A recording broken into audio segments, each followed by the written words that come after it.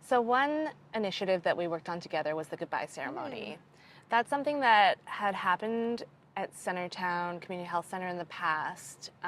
Before COVID, the seniors outreach team who work in the primary care department had organized a ceremony to create a space for staff to reflect on clients who have died in the last year and have a communal space to gather, acknowledge the loss and reflect, and grieve communally. And it was received really well. It was well attended. We heard from people that they wanted another one. So when help was starting at Centertown, this was something that was being organized again by the seniors outreach team. And we were able to support them in that and hold the ceremony virtually instead of in person because of COVID. But it worked quite well. And then you were able to attend, which was lovely, and decided to host your own ceremony at Southeast. Yeah, and so I think what really struck me was that, it's staff at the community health centers, they are so busy.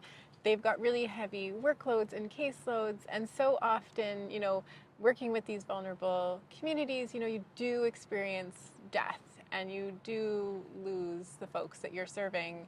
And with these heavy caseloads, it's just so hard just to take that time and process and reflect on that loss.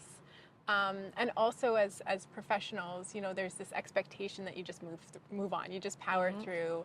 And that feeling of really human grief, that experience of grief, isn't really something that is encouraged or recognized in a lot of cultures for professionals. So this was just a really sacred space in which people could come together, acknowledge their own feelings of grief, process those feelings, honor the lives that they've lost, and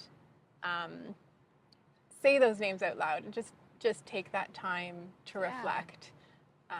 It was really lovely. And so the ceremony that you had included the saying of names, saying those names out loud, some music, a reading of poems, a moment of silence, an opportunity, for folks to reflect and share memories of the people that have died.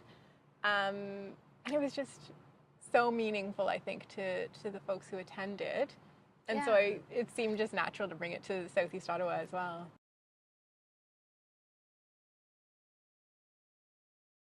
Just based on that feedback, that's why we created this toolkit, right? So we want to share this initiative and the opportunity to have this ceremony with other communities. And so we put this toolkit together, and we've included a bunch of stuff in it. So a discussion of, why we had the ceremony, the history of the goodbye ceremony, the whole process for developing it, who is involved, what resources we made use of. And what to think about, too, for your own site. Yeah, some of those considerations. Yeah, every site is unique and your needs might be different than our needs. So just different ways to approach it and speak with your team and collaborate with your team about what is most fitting. Yeah, we recognize that every community is so different, right? Absolutely. So even our communities are different, and we tweaked things when we're bringing it to Southeast Ottawa as well. So of course there's going to be a range of needs in different communities.